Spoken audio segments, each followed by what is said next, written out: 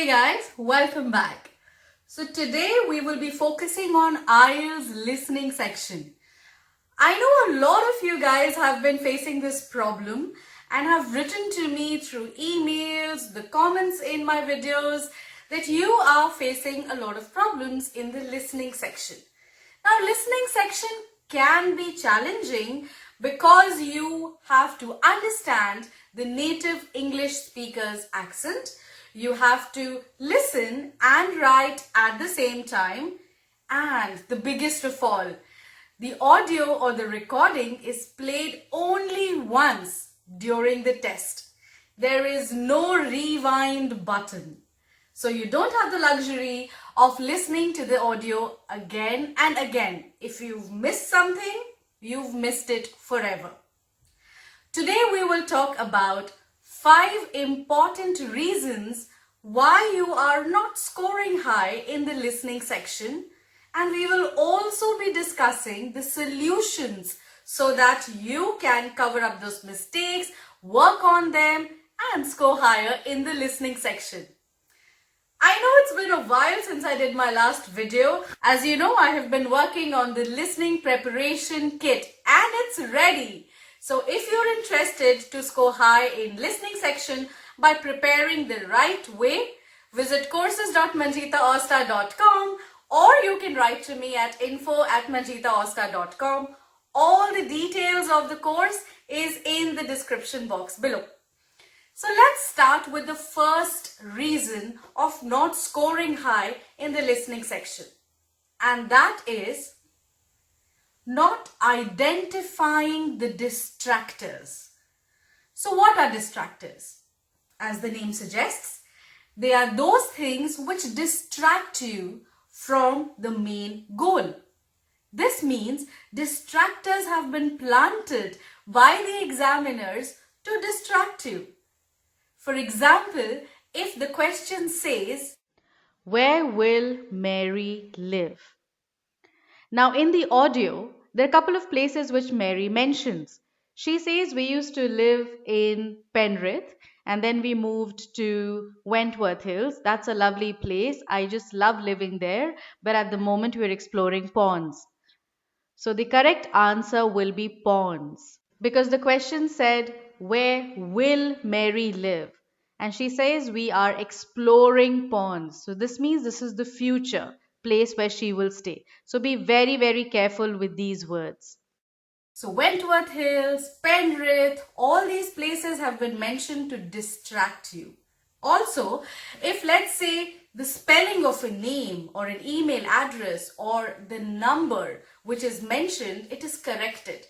For example, yes, I've got your email address. That's jackhampton@gmail.com. No, you've got it wrong. There's a mistake there. It's not an M but an N. It's Jack Hampton. So as you see, there is a correction done here. So when you will be writing the spelling of Hampton, it would be with an N and not an M. So these things are distractors and you have to be careful. Similarly for phone numbers. Well, my number is 0466894. No, it's not 894, it's 494. So what happens in this scenario, you have to quickly make the corrections then and there. So if you've gone with the first number, the first set of numbers which was mentioned and did not bother to make the correction, your answer would be wrong. So be very, very careful and identify these distractors and ensure you don't get caught in them. Alright, so that's the first thing why you're losing marks, and this is how you can work on it and save those marks. Let's move on to the second reason. The second most common reason is looking for exact match. In IELTS, they test your English language knowledge. So if you're looking for exact words, exact keywords or exact line in the audio being played which is asked in the question sheet, then you're making a mistake.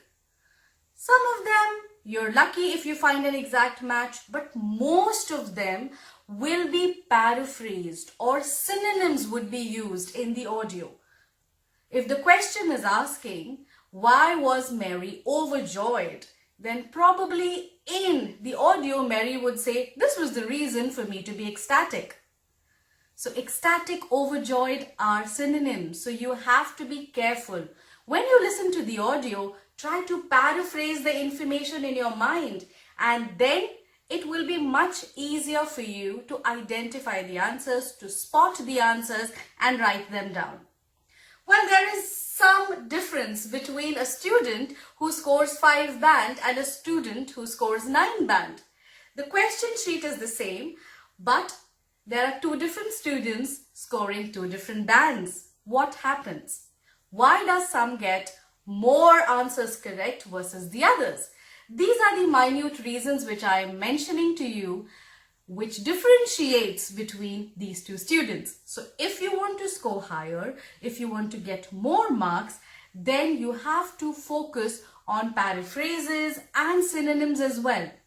When you are trying to learn English, for example, if you're watching a TV show or if you're listening to a podcast, anything which you are doing in order to improve your understanding of the language and to understand the accent of the native speaker, always try to paraphrase the information. For example, if you are narrating a movie to your friend, what do?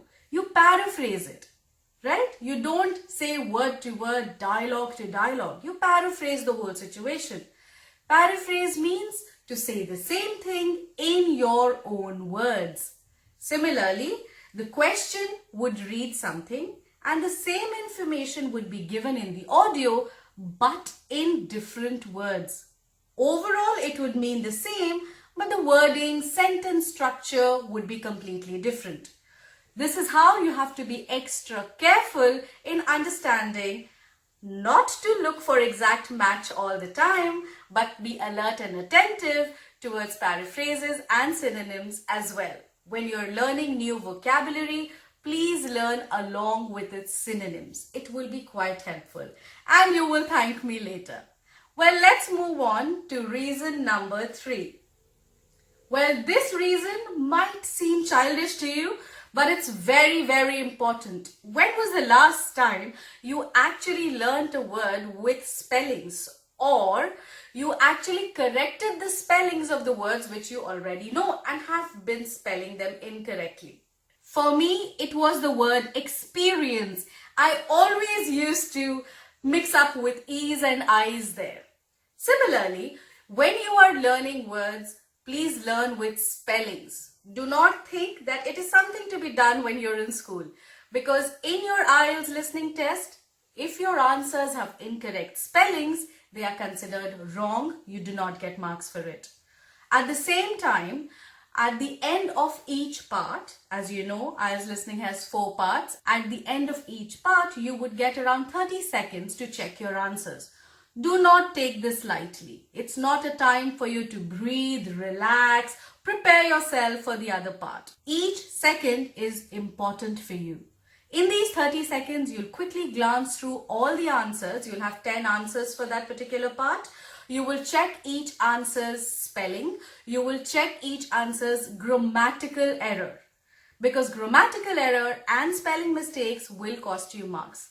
You might have made the effort to spot the answer correctly, to write the answer down at the right spacing, but if you have written incorrect spelling or the grammatical mistake occurs, you will lose that mark. So why waste those 30 seconds? Focus on your spellings and grammar. Well, let's move on to the 4th mistake. Now, I've heard a lot of students saying, I just need 7 bands, or I just need 6 bands, or I just need 7.5. I don't have to answer all the 40 questions correctly. That's true, but are you sure that the questions which you've answered are 100% correct? So, an intelligent thing to do is answer all the questions. You do not get any negative marks in IELTS listening section. Isn't that amazing? So why lose the opportunity of scoring that extra mark there?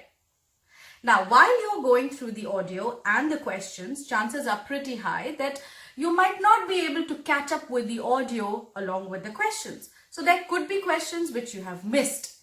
It's always good to leave those questions which you have missed while the audio is on, because otherwise you will be missing the rest of the other questions as well. Once you've answered all your questions and you get those extra 30 seconds at the end, go back to the missed questions and try to remember the answer. Make a wild guess if you can't remember and just write the answer in those blanks. Worst comes to worst, your answer will be wrong, you will not get any mark. Well, that was the case even while you were leaving them blank, isn't it? If your luck is good, maybe the answer which you have written could be the right answer, and there you get a chance to score that mark. So never leave any answers blank. Alright, did you understand why? Now, let's move on to the last mistake or the last point why students are losing a lot of marks in the IELTS listening section. Now, this one is specifically for all those students who are taking paper-based test. Now, in a paper-based test, at the end of 30 minutes, so your IELTS listening test is for around 30 minutes. So at the end of the test, you get dedicated 10 minutes to transfer the answers from the question sheet to the answer sheet. That's why it's always advisable for you to write the answer directly on the question sheet first. While you're listening to the audio, you're reading the question, write the answer then and there on the question sheet. Don't worry about transferring it to the answer sheet at that point in time. So at the end, when you get these 10 minutes, transfer the answers carefully to the answer sheet. The answer to question number 5 should be written in the space provided for answer 5 in the answer sheet. Do not mix them up. Now remember in the previous point I said not to leave any answer blank. This is another reason why you should not. For example, if you've missed an answer and you have not cared to fill up the blank and you leave it blank, at the end when you're in a hurry to transfer the answers to the answer sheet, chances are pretty high that that blank will not be carried forward to the answer sheet. You will miss the numeration, numbering will go haywire, and then all your answers go for a toss. Do not make this blunder. If all your blanks were filled, it was easier to copy them number to number in the answer sheet. If there were no blanks, no confusion. Alright, be very, very careful while you're transferring the answers, because even if you've spotted the right answer and it's not written in the right space, then that answer is wrong. Alright, well, don't worry, I've got you covered. Go check out the IELTS Listening Preparation Kit. It has step-by-step tutorial, all the 4 parts covered, all the important questions covered. Mock tests are created in such a way that will help you score higher. You can check your answers, you can read the audio script, all the answers are marked for you to check at the end. It is everything which you require to score high. Details in the description box below. You are my rock star and you will be a champion soon. So guys, come on, get going with practicing, listening and scoring high. See you again.